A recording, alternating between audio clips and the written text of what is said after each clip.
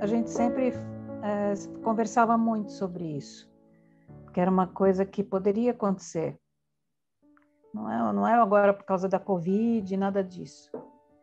Então, a gente sempre falava sobre isso. E ela pressentiu que ela ia morrer, porque eu levei ela, fui daqui de Joanópolis até Bragança, a gente foi no carro, o carro estava um silêncio, né? Aí ela virou para mim e falou assim, vamos conversar. Eu falei, o que você quer conversar? Bom, se chegar lá, não tiver nada, não for nada, tudo bem, a gente volta para casa. Agora, se eu for para lá e eu morrer, o que vai acontecer? Que ela queria saber como que eu ia me cuidar. Quem que vai fazer sua comida? Essas coisas. Quem que vai arrumar as suas coisas?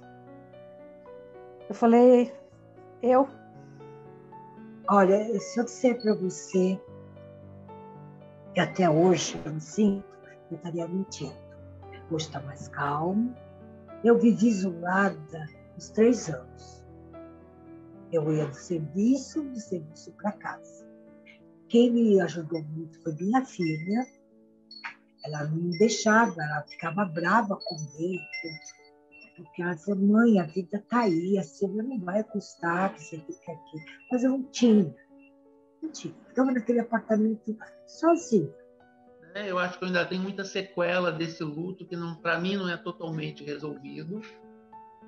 Desencadeado pela questão do preconceito LGBT. Né? Eu acho que eu teria a mesma dor se fosse um casal hétero. A dor seria igual, a perda seria igual, mas o preconceito não estaria como pano de fundo. Isso te desqualifica um pouco, desmerece do teu lugar. Acho que nada se compara com nada. Relações não se comparam com outras relações e os lutos também não se comparam em hipótese nenhuma. Né? Cada pessoa a gente tem a dor por todas as perdas, enfim.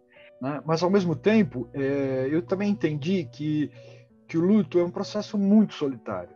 Não houveram avisos, não houveram índices, não houve um cenário para isso. Ele foi embora. E eu congelei. Eu não pude me despedir. Você tem que viver. E você tem que arrumar meios e arrumar ferramentas. E você não sabe como.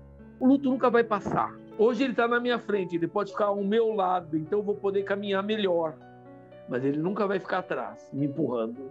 Vai, você está livre. Não. Ele é o amor da minha vida. Eu vivi com ela 35 anos.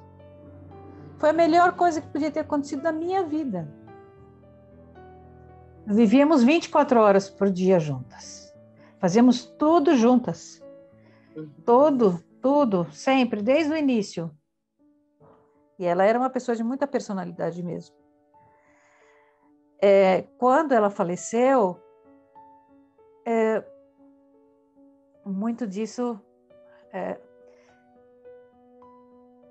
ruiu. Ou pelo menos que eu achei que ruiu. Eu achei. Não é verdade. Eu vejo que eu consigo dar conta no dia a dia do mesmo jeito. Mas, às vezes eu me pego assim, nessa coisa de sozinha, e fica difícil. Porque quando você tem assim um pilar junto com você, é fácil. Eu estou numa casa que ainda não é minha. Tem caixas fechadas ainda. Andar nela é difícil. E eu entro em desespero quando eles vão no meu apartamento, onde nós sempre moramos, dizendo que eu teria 2 meses para sair de lá. O quanto eu estava sendo torturada, eu assinei um documento e depois eu entrei no processo, como sendo eu sendo coagida psicologicamente, eu abri a mão do direito de moradia. Essa advogada conseguiu, então foi também uma coisa muito doída, entrar com um processo de união estável, mesmo depois dela tendo morrido. Assim, era um caos, eu não poder viver o luto, porque nós nunca casamos, a gente só morava junto, numa fantasia de um dia vamos casar em Paris, vai ser lindo e maravilhoso. O nosso sonho.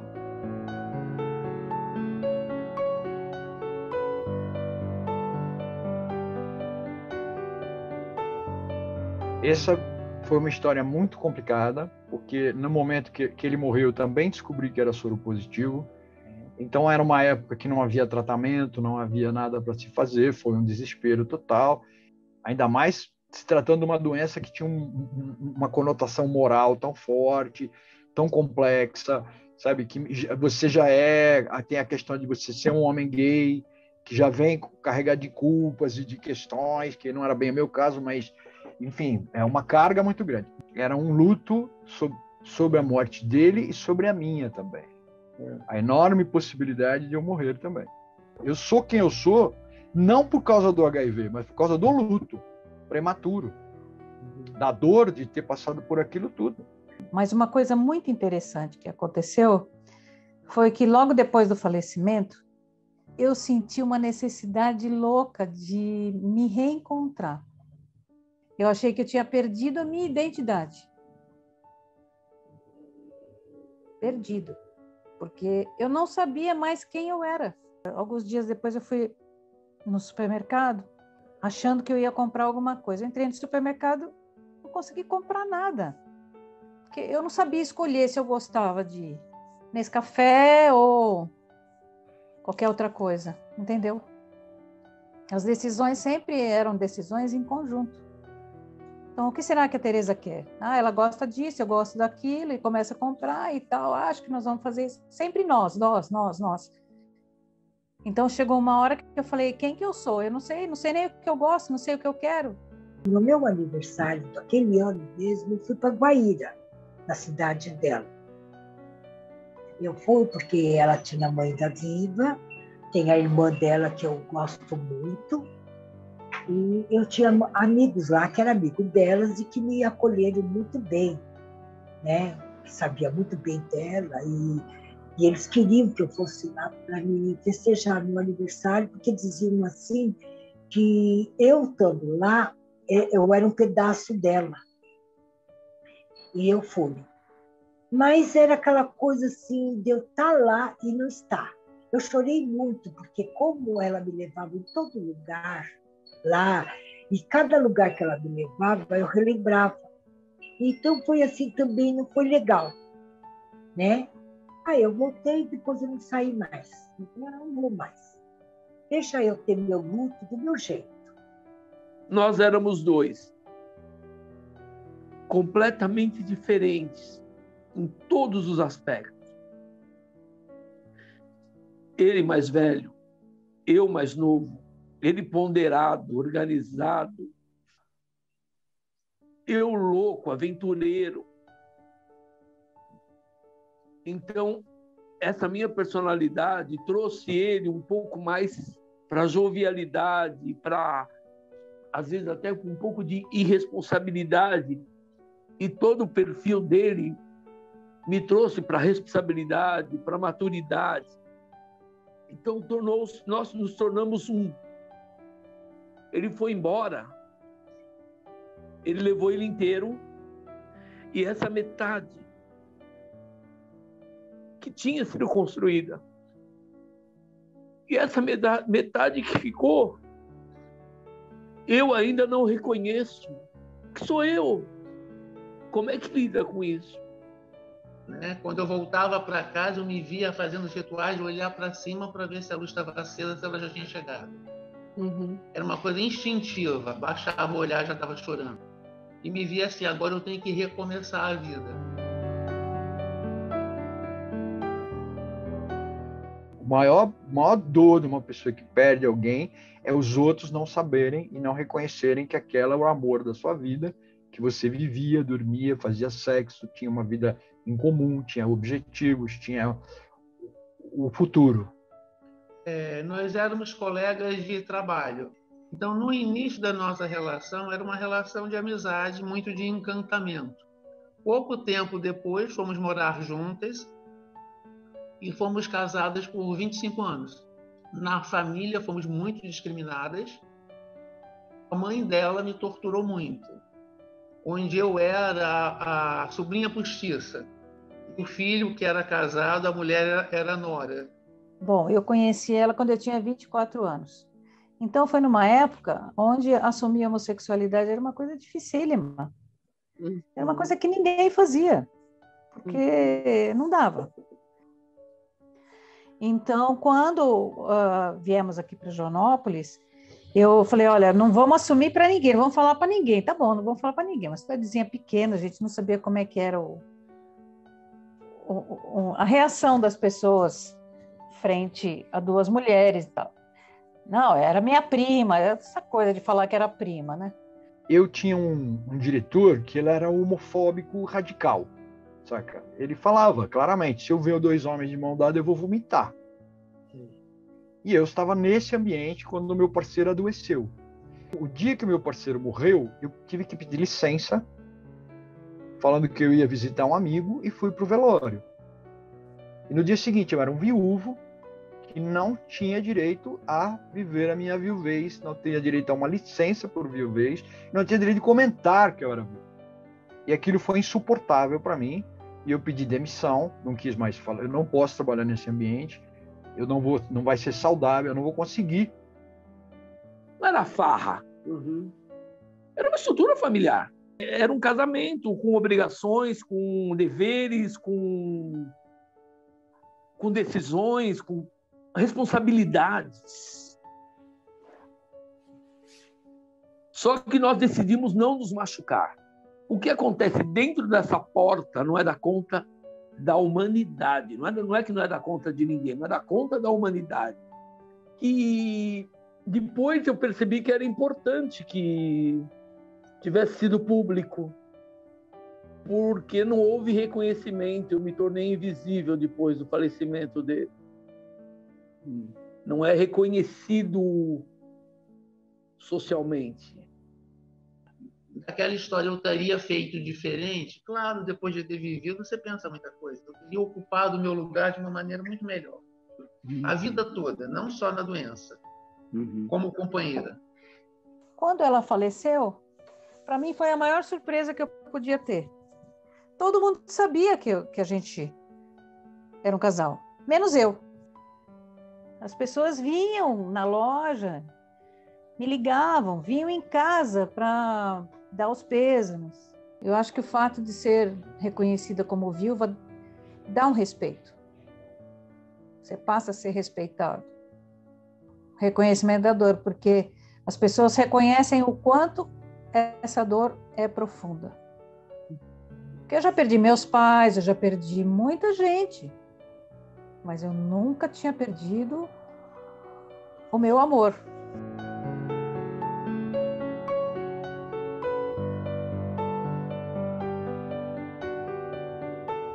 Quando ele foi internado, ele era muito vaidoso, né? Um homem muito bonito e tal. E ele ficou muitos dias sem fazer barba. Eu falei, Cícero, eu vou chamar o... Porque ali tinha um rapaz que passava, um barbeiro, que passava todos os dias para fazer a barba, cortar o cabelo e tal. Eu disse, Cícero, eu vou chamar o barbeiro para ele fazer sua barba e cortar um pouquinho seu cabelo, que ele era bem calvo, mas tinha um cabelinho aqui. E ele falou, tá bom. Aí eu chamei o barbeiro, aí o barbeiro entrou, quando o barbeiro olhou para ele, falou, eu não posso atender. Virou as costas e foi embora. Eu entendo isso, gente. Era uma época muito difícil. Ninguém sabia exatamente o que era aquilo. E aí eu peguei e fiz a barba dele. Essa, para mim, é uma cena que eu não vou esquecer nunca mais, porque ele causou muita dor nele, o rapaz não ter feito a barba para ele. E aí eu pegava, tocava nele, dava beijo, ficava junto, tal, para ele entender que aquilo era uma coisa de fora, não era de dentro da nossa casa. Porque eu fui falar assim, você quem é? Aí pela primeira vez eu falei, eu sou a companheira dela. Porque eu pensei, porra, se acontecer alguma coisa, eles não vão deixar eu ficar perto. A partir daí, eu fui muito respeitada. E aí as meninas então me chamaram, as duas enfermeiras que estavam ali com ela. Olha, ela voltou à consciência, você quer falar com ela? Eu falei, quero.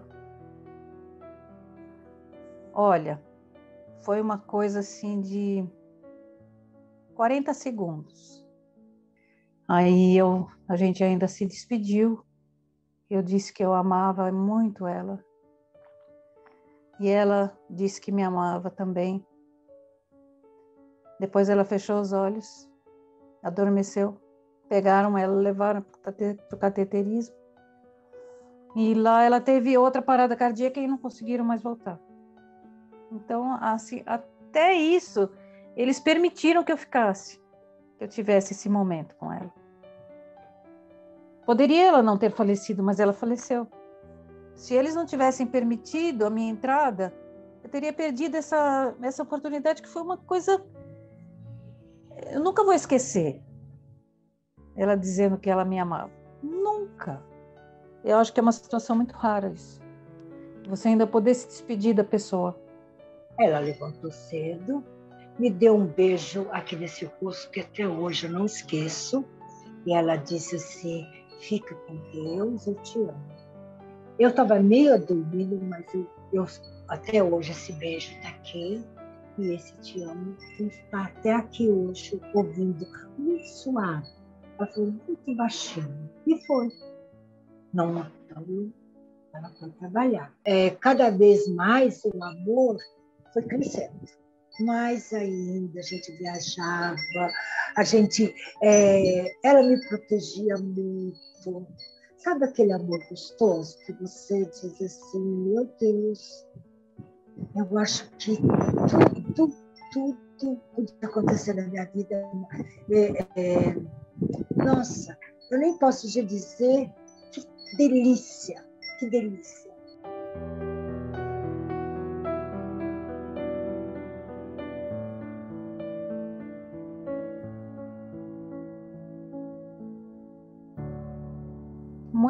Muitos momentos da dor já não são tão intensos. Só que, em compensação, a saudade é dilacerante. Sabe que todo mundo fala, assim, que a saudade dói? Ela é física. E hoje eu falo tranquilo, apesar de eu sentir ainda, né, que eu gostaria de que ela estivesse ainda aqui ao meu lado. É um amor muito lindo ainda. Eu sempre falo, ela está me esperando.